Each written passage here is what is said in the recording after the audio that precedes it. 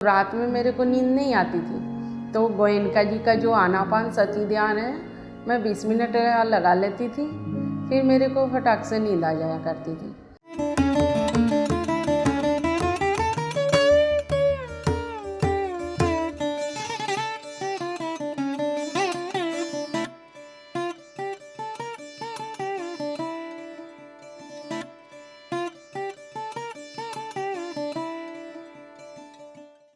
मेरा नाम प्रतिभा आर्य है।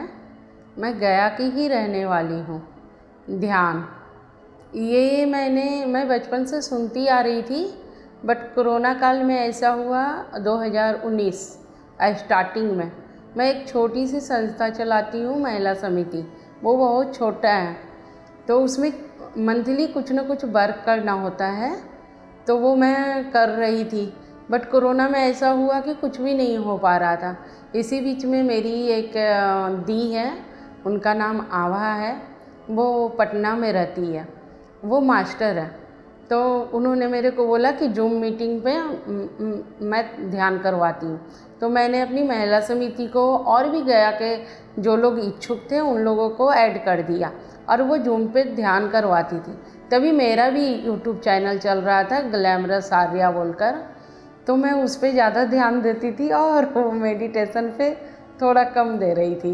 कभी कभी डांट भी पड़ती थी, बट ठीक था, कर रही थी। 1-2 महीना वो कोरोना काल रहा, तब तक मैंने किया। उसके बाद जूम मीटिंग भी ख़त्म, ध्यान भी चला गया, मैं नहीं करती थी। बहुत दिन बाद लाइफ ऐसा हुआ, टर्निंग आया कि कुछ ना कुछ उसमें टेंशन आने लगा, तो रात में मेरे को नींद नहीं आती थी। तो गोयनका जी का जो आनापान सती ध्यान है, मैं 20 मिनट लगा लेती थी, फिर मेरे को फटाक से नींद आ जाया करती थी। ऐसे करके वो भी चलता गया। फिर मेरे पास कुछ बैड एक्सपीरियंस आए, जिसकी वजह से वो छूट गया, बिल्कुल छूट गया। बीच बीच में आवादी से बात होती थी, वो मेरा को डांटा करती थी, तुम तो करती ही नहीं हो, तुम तो करती ही नहीं हो।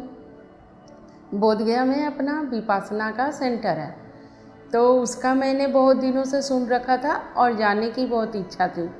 मैं कभी भी जा नहीं पाती थी, क्योंकि बच्चे भी छोटे थे, फैमिली की जिम्मेवारी। पर मेरी कज़न थी, उसको मैंने उस समय कोरोना काल में जोड़ा था, तो वो गई, उसको वहाँ से बहुत फ़ायदा हुआ। उसके बाद मेरी खुद की बड़ी भाभी भी गई, उनको भी बहुत बेनिफिट हुआ। उनको तो आइज का एक ऐसा प्रॉब्लम था जिस पे डॉक्टर लोग का सर्च ही चल रहा था, पता ही नहीं था ये बीमारी क्या है। बट मैंने उनको बोला था, उनको नहीं समझ में आया। उनकी खुद की छोटी भाभी ने समझाया, फिर वो गई। जब भी वहाँ से आई तो उनको इतना फ़ायदा लगा कि वो तुरंत, मतलब 4-5 दिन में आते, नया सेशन होता है उसमें चली गई। फिर वो 2 बार की, ऐसे करके 2-3 साल बाद फिर 1 बार गई, 3 बार। अभी कुछ टाइम पहले, यही 16 तारीख को मेरे को भी जाने का ऐसा मिला, तो मैं गई। 16 को गई, 17 को आई।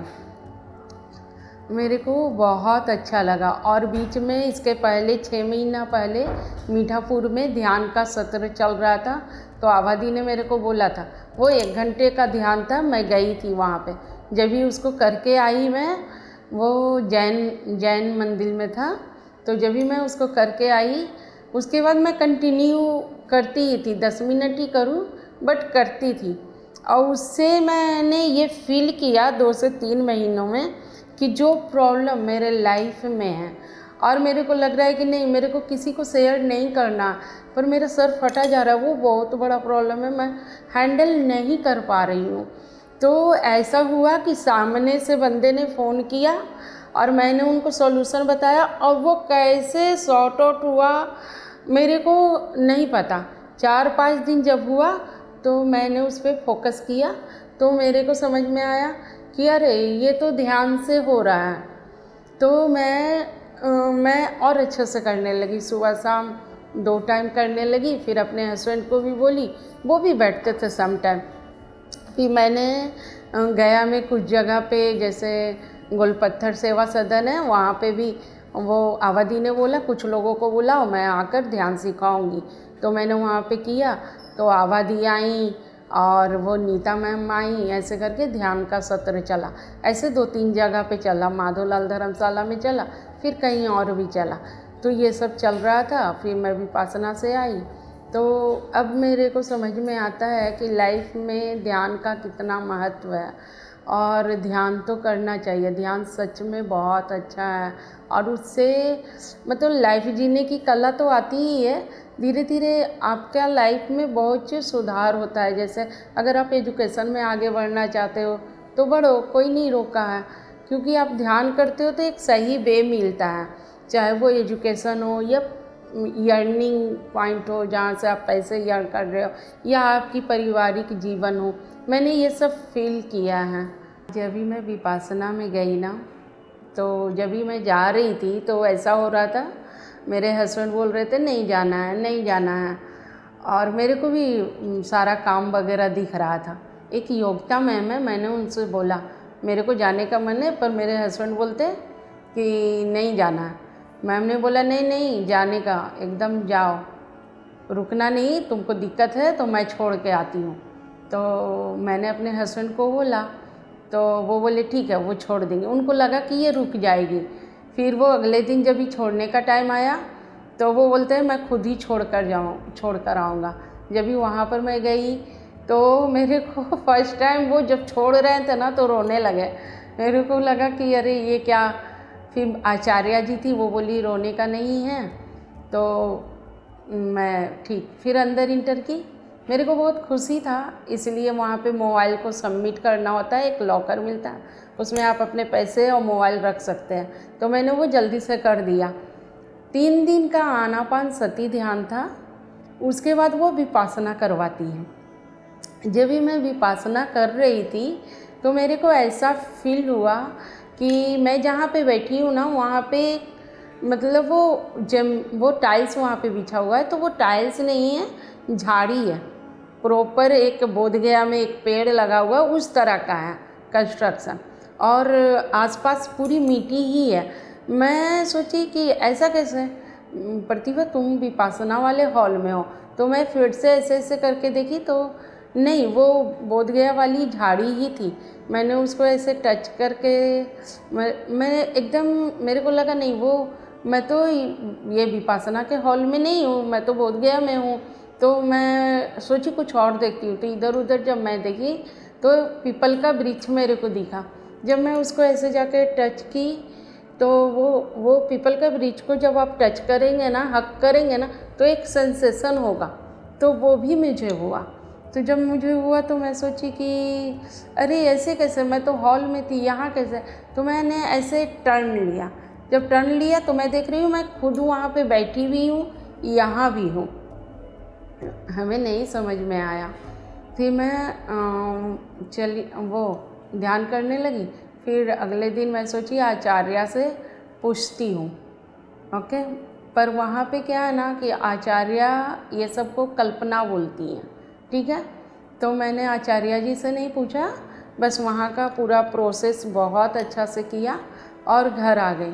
वहाँ पे एक चीज़ बोला जाता है कि आपको दुख है सुख है, ना तो राग जताना है ना तो द्वेष जताना, समता भाव में रहना है, बिल्कुल समता भाव में।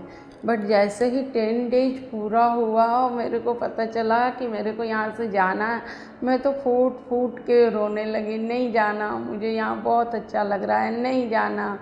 रात में ही 11 बजे अवधि का कॉल आया।